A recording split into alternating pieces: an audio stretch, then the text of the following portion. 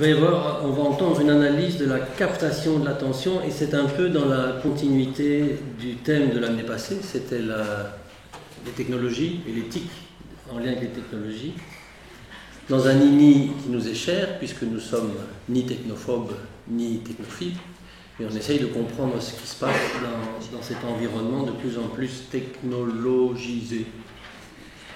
Avec à la clé une question: est-ce que l'homme peut rester humain dans ce nouvel environnement? Michel, si tu veux bien nous rejoindre.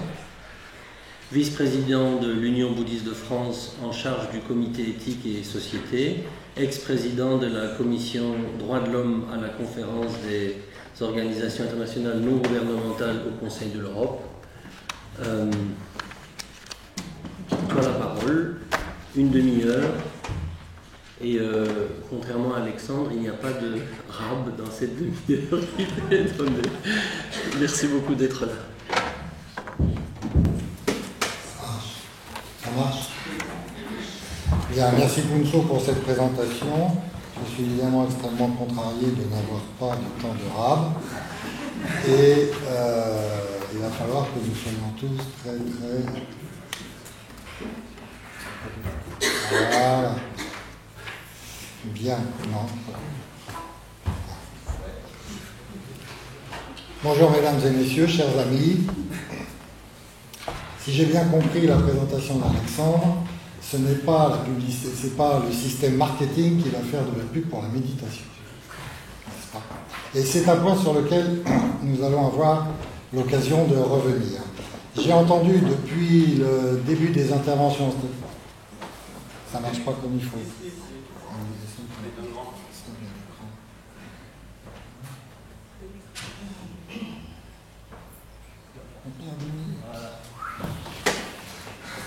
Merci. Et donc, Punso ce matin a démarré son propos en parlant de la centralité de l'attention. Je raccroche à ce point-là. Le fait que l'attention est malmenée, qu'elle est au cœur de nos choix, et Alexandre a précisé que, selon la théorie de l'information, plus la probabilité d'utilisation est faible, plus la quantité de messages est importante, n'est-ce pas? Eh bien, je vais m'appuyer sur ces différents points pour essayer de voir, de partager avec vous. En réalité, je n'ai pas de vérité sur l'attention, j'ai des questionnements. Et mon objet ce matin, c'est de partager ces questionnements avec vous. Effectivement, comme tu l'as dit, Punso, dans ton introduction, la question que certains se posent et à laquelle je me fais attentif, c'est est-ce que dans les traitements contemporains de l'attention, il y a ou il risque d'y avoir un saut anthropologique. Rien que ça. Donc, voyons, et en tout cas, questionnons-nous ensemble, si vous le voulez bien. Je parlais à l'instant de marketing et de publicité. C'est une industrie, le marketing est une industrie, on le sait bien, qui a pour objet de capter cette attention, dont effectivement Alexandre nous a fait part de la fluidité et des aléas quant à sa fixation. Alors, industrialisation de la captation de l'attention, pourquoi? Pourquoi? Et pour qui? On va voir après le comment. Donc, 3 types de questionnements quant à cette captation. Captation de l'attention pour qui? On se pose la question. Et ça, c'est vraiment très intéressant. Il y a des comportements qui maintenant paraissent normaux et qui, il y a extrêmement peu de temps, étaient, comment dire, je n'aurais pas été recevable. Cette photo, elle est disponible sur le net, hein, je l'ai simplement captée. Mais c'est pour dire qu'il y a des changements de comportement qui sont extrêmement à la fois puissants et révélateurs. Lorsqu'on parle d'un sujet, moi j'aime bien aller chercher les antonymes, ça donne du relief. La distraction, la dispersion et l'éparpillement. Donc l'attention à côté, et bon, là on retrouve un peu ce qu'Alexandre nous a dit juste avant. La distraction peut être culturelle. Chacun a entendu parler des industries culturelles. Vous voyez, industrie de la captation de l'attention, industrie culturelle, on commence à cerner un tout petit peu un univers. La question étant alors de différencier entre la culture que je me permets d'appeler cultivante et la culture divertissante. Autrement dit, la musique d'ascenseur, par exemple. L'attention signifie tendre l'esprit vers, on l'a vu tout à l'heure et c'est un peu précisé, et être attentif. Il y a donc en sous-bassement une notion de persévérance qui est assez proche et d'ailleurs dont Alexandre nous a donné un certain nombre d'éléments qui contribuent à non seulement fixer l'attention mais également à la soutenir, cette attention. Alors, une fois qu'on a vu ces petites précisions sémantiques, il y a deux questions qui jaillissent, en tout cas dans ma tête, et que je partage avec vous. Pourquoi ce sujet d'étude maintenant et pas il y a 20 ans ou antérieurement, et l'attention a-t-elle un avenir? C'est peut-être un petit peu provocant par rapport à vos études, mais en tout cas, je pose la question, a-t-elle un avenir? Et je reprends donc une citation d'Yves Citon qui, dans son livre, présente 4 régimes de l'attention que je vais passer rapidement. Peut-être qu'à ce stade, je peux vous préciser, pour vous orienter un petit peu dans mon propos, qui doit tenir dans le délai imparti, que dans un premier temps, je donne 2-3 éléments quant à l'attention. J'ai donné sa définition, ses antonymes. Là, on va voir qu'il y a 4 régimes. Il y en a d'autres d'ailleurs. Mais enfin, j'ai pris les 4 régimes de base de l'attention. Et puis ensuite, une fois qu'on aura fixé ça, je vais essayer de voir avec vous dans quel processus s'insère la question que je pose au début, qui consiste à dire est-ce qu'il y a ou non un saut anthropologique. Alors, 4 régimes de l'attention. Le régime d'alerte, c'est celui qui, lorsqu'on a nos écrans sous les yeux, d'un seul coup nous annonce que il y a une très bonne affaire à réaliser ou que c'est passé ici ou ça quelque part. Voilà, c'est le régime d'alerte. Bon, on a ici les différents, un petit peu la définition, hein, ça frappe par la saillance, on l'a vu tout à l'heure. Le deuxième régime qui est présenté, c'est le régime de fidélisation. À l'inverse d'une tension permanente, la fidélisation vise à établir un rapport de confiance. Vous voyez ? Voilà, je n'insiste pas de façon excessive là-dessus, mais c'est juste pour montrer qu'il y a différentes modalités. Et par exemple, je cite dans la deuxième partie de cette diapositive l'exemple de France Info qui a annoncé, j'étais en voiture cet été, et j'entends sur France Info, un Français sur 6 ne sait pas nager, ce qui fait autant de morts chaque été. Oui, effectivement aussi j'ai réagi comme vous, mais j'étais catastrophé. Parce que dès lors qu'on est fidélisé à un média auquel, a priori, on fait confiance, on avale toutes sortes de sottises de ce genre. Voilà. Donc ça, c'est la deuxième modalité de l'attention. La troisième, c'est le régime projectif. En gros, on part aux Seychelles en emmenant ses petites habitudes, on regarde son petit journal de 20 heures le soir, et on emmène ses yaourts Yoplait et son petit je sais pas quoi dans son sac de voyage. Donc, on se projette dans un univers qui n'est pas le nôtre, avec nos repères et nos habitudes personnelles. Ensuite, l'immersion, qui est l'inverse, c'est la plongée dans un monde exotique obligeant à créer de nouveaux critères d'appréciation. Je vais très vite là-dessus parce que je ne suis pas un spécialiste et qu'on n'a pas de raison ce matin d'approfondir ces 4 points de façon excessive. Je signale pour ceux que ça peut intéresser qu'il y a aussi d'autres modalités qui sont développées, pas beaucoup mais quelques autres. En tout cas, j'avais pensé que ces 4-là permettaient, si vous voulez, de donner un petit peu de couleur au contexte dans lequel nous vivons tous les jours. En résumé, l'alerte produit une excitation, la projection hallucine, fait rêver, la fidélisation hypnotise et nous berce d'espoir. Ça va être tellement merveilleux. Quant à l'immersion, elle nous fascine. Donc, 4 modalités de l'attention avec lesquelles, comment dirais-je, ces 4 modalités de l'attention sont fluides, si je peux dire d'une certaine manière, sous le regard d'un neuroscientifique, mais enfin, pour l'homme plus ordinaire, en termes de connaissances, je perçois ces 4 modalités comme étant fluides, et en même temps comme composant une espèce de clavier avec lequel on peut jouer soi-même et avec lequel autrui joue. Bien, donc ça c'est simplement une redite du point précédent. Et donc, la fidélisation qui hypnotise et l'immersion qui fascine engendrent rapidement de l'addiction. Alexandre pourrait très facilement nous expliquer en quelques minutes, n'est-ce pas, comment tout ça interagit, puisque les centres, si je ne me trompe pas trop, les centres du plaisir sont vite stimulés et que donc il y a un effet addictif. Bon, je vois que ce n'est pas tout à fait ça à son regard, mais il y a quelque chose de cet ordre-là, quelque part, qui mérite d'être, en tout cas, donc, engendre rapidement l'addiction. Et on observe aussi des messages qui lient alerte et fidélisation. Par exemple, les plateformes auxquelles nous sommes fidèles pour acheter des biens et des services nous alertent qu'une bonne affaire est à saisir sur le marché. Donc, vous voyez que ces 4 modalités de l'attention sont travaillées de l'extérieur pour nous amener effectivement à déterminer nos comportements. J'ai entendu tout à l'heure que l'attention est dirigée vers un but et que ce but est plus ou moins précis qui détermine nos comportements. Donc, c'est l'orientation vers le but qui est travaillée ici par les communicants.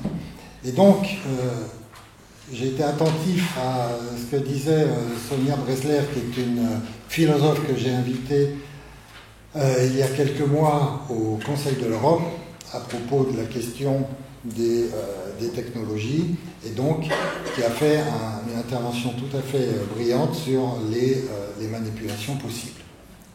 Donc la compréhension de comment fonctionne l'attention, donc de l'extérieur, des messages appropriés, dosés, orientés, qui ont pour but de manipuler la pensée. Et donc, là j'ai dit quelques mots sur l'attention. Maintenant, je souhaite avec vous rentrer plus dans la substance de ce qui fait question pour moi et vous interpeller un peu aussi. J'ai pris l'initiative de rapprocher l'attention et la préoccupation. Qu'est-ce que je veux dire par là? Je veux dire que, par exemple, actuellement, il y a un contexte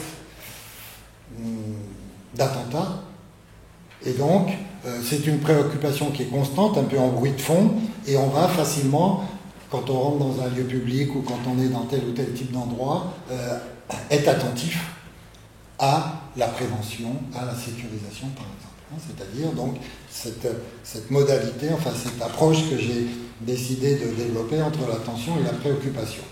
La préoccupation, plus ou moins focalisante. Les préoccupations étant fil de leur temps, et c'est cette trame du temps long que nous allons très rapidement revisiter ensemble pour essayer de voir quelle est la particularité de ce qui se passe dans notre contemporain. Au début du genre Homo, le feu a été maîtrisé et donc conservé. Et c'est devenu une nouvelle préoccupation que de fixer son attention à l'époque sur la conservation et le fait de pouvoir continuer à maîtriser le feu. Ensuite, la sédentarisation a amené d'autres types de préoccupations et donc a focalisé l'attention sur d'autres aspects. La chasse a continué comme avant, mais les femmes et les enfants étant sédentarisés, les femmes étaient en charge du cheptel animal et humain. Donc des nouvelles préoccupations et des nouveaux, points de fixation de l'attention. À l'âge de bronze, les grandes routes. On parcourt les populations, une partie des populations sédentaires parcourent des routes extrêmement longues pour des échanges qui sont à cette époque-là d'une extrême importance. Par exemple, pour prendre l'exemple de la route de l'Ambre, elle partait du nord de la Scandinavie, parcourait tout le continent européen jusque tout au bout de la péninsule ibérique au Portugal. Et donc ils amenaient là-bas de l'ambre et ils ramenaient des métaux vers le nord. Donc c'était, si vous voulez, des occupations extrêmement longues, évidemment, qui prenaient beaucoup de temps. qui focalisait beaucoup l'attention des populations pour toutes sortes de raisons, etc., etc. Donc pour montrer juste que les préoccupations sont au fil de leur temps et la route de l'ambre a été coupée à partir du moment où les Celtes qui étaient localisés en Europe centrale ont commencé à migrer progressivement vers l'ouest. Vient la conversion de Constantin. Grande affaire. À partir du moment où Constantin s'est converti, le christianisme est rentré de plein pied grâce à son soutien d'ailleurs financier extrêmement profus. Le christianisme est rentré donc de façon définitive, malgré quelques aléas postérieurs, sur le continent. Et à ce moment-là est apparu le concept de religion tel que nous le comprenons aujourd'hui. À ce sujet-là, pour ceux que ça intéresse, je vous recommande la lecture du livre qui s'appelle « Croyance » au pluriel, qui a été écrit par Henri Atlan, dans lequel il explique très très bien comment le concept de religion tel que nous le comprenons aujourd'hui a pris son démarrage à l'époque, au IVe siècle. Bref, en tout cas, le christianisme rentre sur le continent et devient une préoccupation. Ensuite, il y a les conquêtes musulmanes qui dament le pion au christianisme, par exemple dans tout le Proche-Orient et la rive sud de la Méditerranée. Il y a plus tard les Ottomans qui, à chaque fois, essayent de pénétrer et de s'approprier l'empire des Habsbourg avec les deux sièges de Vienne, etc., etc. Donc, si vous voulez, des préoccupations qui captent de façon extrêmement puissante l'attention au fil des grands événements historiques. Vient l'imprimerie avec notre fameux Gutenberg, et donc, à partir de là, la conscience politique va commencer à se développer beaucoup plus avec les pamphlets et les travaux, notamment politiques. Les guerres de religion vont pouvoir avoir lieu parce que sans l'imprimerie, les 92 objections de Luther n'auraient pas pu se propager telles qu'elles se sont propagées. Et on va avoir également, donc les guerres de religion, c'est pas juste les guerres de religion en France, c'est les guerres de religion en Europe, avec la guerre de 30 ans et la fin de la guerre de 30 ans, qui se termine par les traités de Westphalie.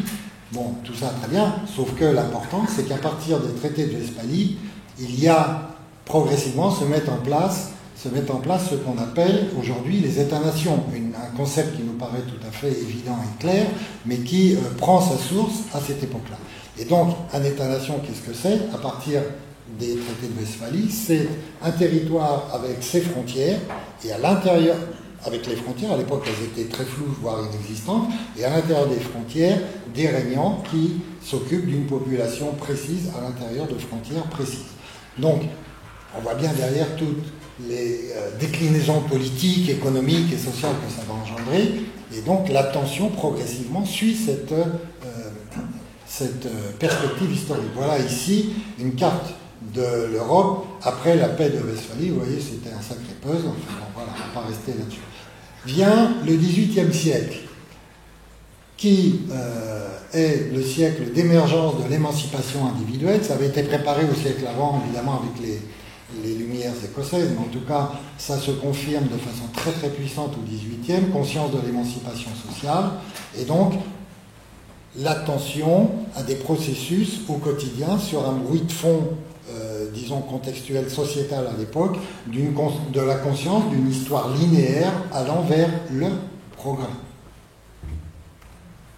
19e siècle, industrie, donc conscience de classe, et donc l'attention fixée sur tous ces événements-là. Je ne détaille pas, mais on comprend bien le processus. Science plus technique donne la mécanisation.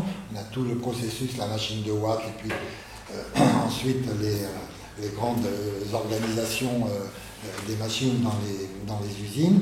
La mécanisation qui engendre la rationalisation, qui elle-même pousse à la mécanisation. S'il y a parmi vous des personnes tout à fait intéressées par ces grandes trajectoires historiques pour comprendre un peu l'évolution globale et mettre ça en lien avec notre contemporain, je signale à propos de rationalisation le livre qui est paru cette année de Musso, Pierre Musso, la religion industrielle qui part des monastères du Moyen-Âge et qui explique comment, à partir de là, on arrive à la rationalisation ultra poussée telle qu'on la connaît aujourd'hui. Le XXe siècle, 3 personnages clés. Ford, qui construit des véhicules automobiles. Taylor, qui dit mais il faut s'organiser autrement, il faut rationaliser la façon dont les gens se comportent et dont on les fait travailler. Ford apporte une révolution absolument inimaginable. Il construit des voitures dans des usines qui produisent beaucoup de voitures. Et à cette époque-là, le pétrole est profus et bon marché. Donc parfait pour faire circuler les voitures, pour faire fonctionner les voitures, sauf que si on s'en tient au marché, pour vendre des voitures, si on s'en tient au marché de la bourgeoisie, on ne va pas vendre grand-chose, et nos usines, à quoi elles vont servir? Donc c'est qu'il est absolument révolutionnaire de faire acheter les voitures par les propres ouvriers des usines. Et ça, c'est une révolution absolument fondamentale, qui change complètement la structure mentale, et qui fait que l'attention va être fixée sur tout ce qu'on connaît aujourd'hui, avoir un bon salaire, du pouvoir d'achat, etc., toute cette histoire-là. Donc, ça, c'est très intéressant. Et alors, le troisième personnage de cette trilogie, Bernès, c'est celui qui a écrit un livre fameux qui existe toujours, qu'on peut se procurer, qui s'appelle Propaganda. Autrement dit, c'est lui qui, neveu de Freud, a dit, mais si on veut que les populations achètent ce que produit l'industrie, il faut orienter l'attention des consommateurs vers les produits de l'industrie. Mais pour orienter cette attention de la sorte, il faut parler à l'inconscient. Et il l'a-dessus parce qu'il est décédé il n'y a pas si longtemps. Mais donc, à partir de son approche et de ses travaux, le marketing, la publicité, et ça fait lien avec ce que je disais tout à fait au début lorsque j'ai pris la parole ici. Donc, vous voyez, là, il y a un moment de rupture qui est extrêmement important. Conscience politique au XXe siècle, économique, sociale, tout ça va de soi. Et donc, 2 révolutions silencieuses et majeures, le management, je l'ai évoqué d'un mot, et les loisirs. Les loisirs qui sont également un lieu de rationalisation, d'industrialisation et comment dirais-je, où on a l'attention fixée sur le fait de profiter le plus possible, d'avoir la meilleure rentabilité possible de ce qu'on investit dans nos loisirs. Au XXe siècle, aussi la menace de l'atome qui fait partie de la préoccupation générale et dont l'attention n'est pas aveugle. Le XXIe siècle. On est dans une révolution à caractère délégataire, c'est-à-dire qu'il y a déjà longtemps, j'ai parlé tout à l'heure du concept d'État-nation, il me reste combien de temps pour tout? 7 minutes. Oh, diantre. Donc, on est dans une période de révolution délégataire, on délègue la sûreté, on délègue l'expertise du savoir. Il y a un affaiblissement général de la démocratie délégataire. Je ne développe pas, je n'ai pas le temps, mais enfin, vous comprenez à peu près ce que je veux dire par là. Et donc, il y a une interrogation qui est quelle autonomie, quelle liberté de choix, il a été question des choix tout à l'heure avec Alexandre, quelle liberté de choix lorsque tout est prédictif et qu'à peine on a fini d'écrire une requête, on a déjà la réponse ici, et l'orientation. Quel statut d'émancipation alors qu'on développe ça depuis le XVIIIe siècle, etc. Bon. Donc on est face à ces interrogations. Ici, juste un mot pour rappeler que des études les plus sérieuses ont montré que les temps d'écran sont extrêmement, je pense qu'Alexandre en connaît beaucoup plus que nous, naturellement, sur le sujet, les temps d'écran sont extrêmement nocifs quant à la capacité de développement de la capacité attentionnelle. C'est-à-dire qu'au-delà d'un certain nombre de temps d'écran, quel que soit le type d'écran, la télévision, ordinateur ou autre, au-delà d'un certain temps d'écran, d'exposition à l'écran par jour, particulièrement entre 0 et 5 ans, il y a des incidences qui peuvent être tout à fait majeures sur comment on appelle ça, la théorie de l'attention, tout ce qui a été développé par la théorie de l'attention, et également par tout à fait dangereux quant au système d'identification qu'on a de soi-même, qu'on construit de soi-même.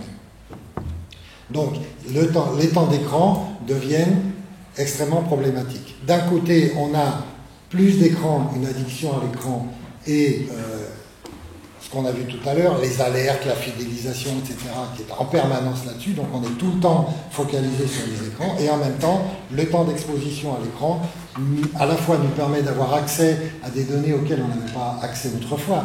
On a maintenant toutes les connaissances du monde qui sont disponibles sur Internet. En revanche, ça crée des perturbations qui sont tout à fait, comment dirais-je, qui doivent être tout à fait prises en compte, notamment par les expositions, les surexpositions dans le jeune âge, entre 0 et 5 ans, entre 5 et 7 ans.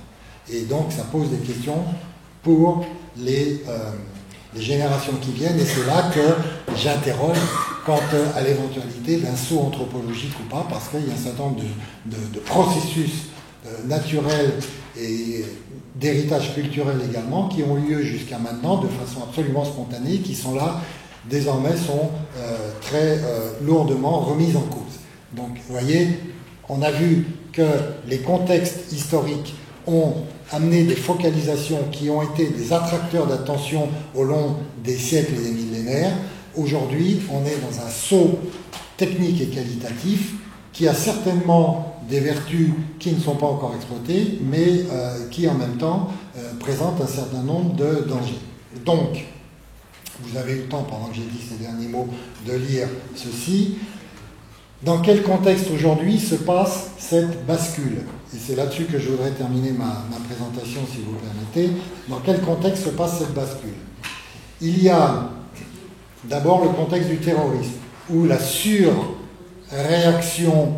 institutionnelle donne déjà, pour bonne part, raison à ceux qui produisent les attaques. Ça, c'est un point qui reste en ligne de fond. Et d'un autre côté, nous sommes dans un contexte inédit parce que 3 éléments qui n'ont pas existé précédemment dans l'histoire de l'humanité émergent aujourd'hui de façon simultanée. Les technologies, je n'y reviens pas. Changement climatique et environnemental, on sait bien que les surfaces viables, etc., vont aller en se réduisant. Et enfin, la désoccidentalisation du monde. Ça, en général, souvent les gens ouvrent des yeux en forme de point d'interrogation lorsque je parle de ça. Mais, si vous voulez, voilà, pour le dire d'un seul mot, puisque j'ai plus que quelques secondes, la pensée de l'Occident aujourd'hui n'est plus la pensée. À tous égards. À tous égards. Alors, évidemment, ça soulève souvent, ce point-là soulève souvent le côté, pardon, je vais être extrêmement caricatural et offensant quelquefois, mais ça pourrait changer. La civilisation occidentale est quand même supérieure à toutes les autres. Bon, je le dis soft, hein, parce que ça se dit autrement. Alors, face à ça, voici une carte de l'Europe. Tout le monde la connaît, rien de nouveau. Mais regardez bien, fixez votre attention sur la pénétration des mers à l'intérieur des terres.